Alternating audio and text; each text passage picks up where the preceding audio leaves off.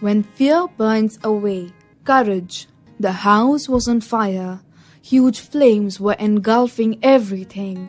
Barbara and her family were trapped inside. Actually, everyone was in deep sleep when at around a few minutes past midnight, God knows how, there was a short circuit. By the time Barbara and the other family members could realize what had happened, it was already too late. Each one was making a desperate attempt to escape the heat and rush out of the burning house. The leaping flames were showing no mercy. There was no scope to think or strategize. Dad was screaming, "Run outside! Run! Just run to safety!" Mom was getting frantic. With fire all around, she too was shouting as she made desperate attempts to keep herself away from the flames. Barbara was suffocating. She was anyways a delicate darling who would give in to the slightest discomfort.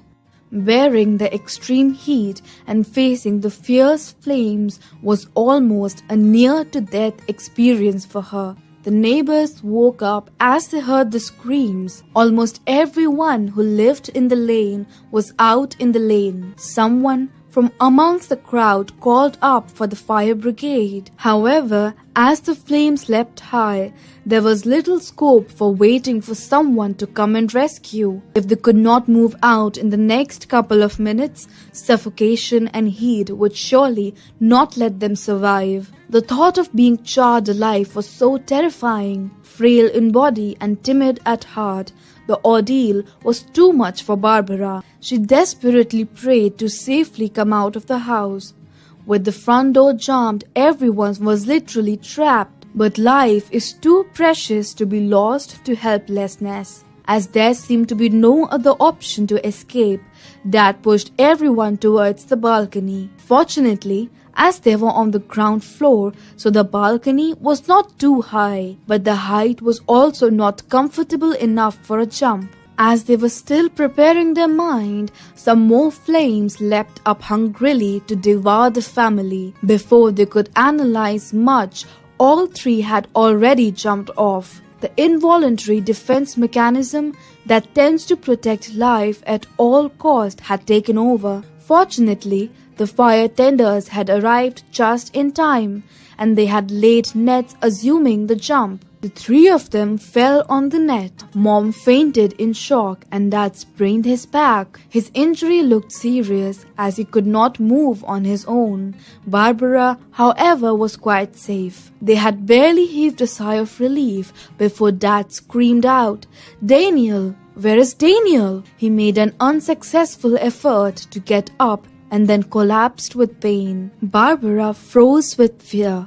Daniel, her 5-year-old brother, was still inside. The thought of him being in that burning furnace sent a shudder down her spine. Daniel was asleep in the playroom. He had refused to go to bed in the kids' room as he wanted to sleep on the new mat that had been laid in the playroom. He loved the cartoons drawn on them and insisted to remain there. Mom had let him be. In the utter confusion that broke after the fire, he just got left there. There was a strange surge of strength in Barbara.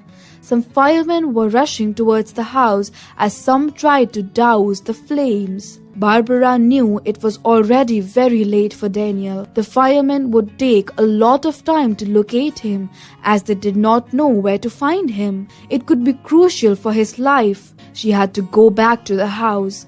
She had to be with the firemen to help them find Daniel. Suddenly, there was no fear. Suddenly, Barbara did not care about her pain, not even her life. Suddenly, she felt too strong and determined for anything to intimidate her.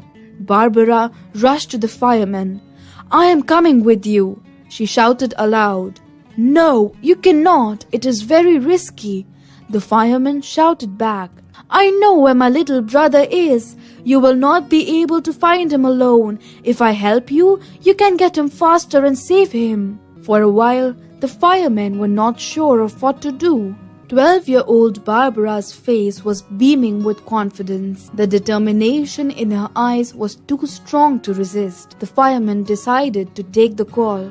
Within a minute, they equipped the little girl with whatever firefighting accessories they could. Do not move around on your own. Make sure you remain with us. Just guide us the way.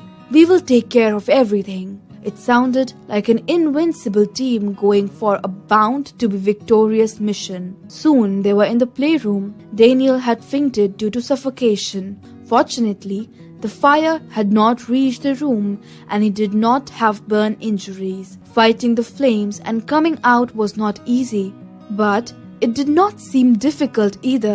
Soon everyone was safely out and the fire was under control. No doubt there were injuries.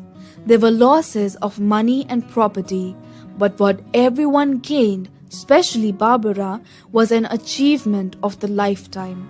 As Mom and Daniel gained consciousness, the family smiled together, celebrating their great victory amidst the great adversity. Must watch.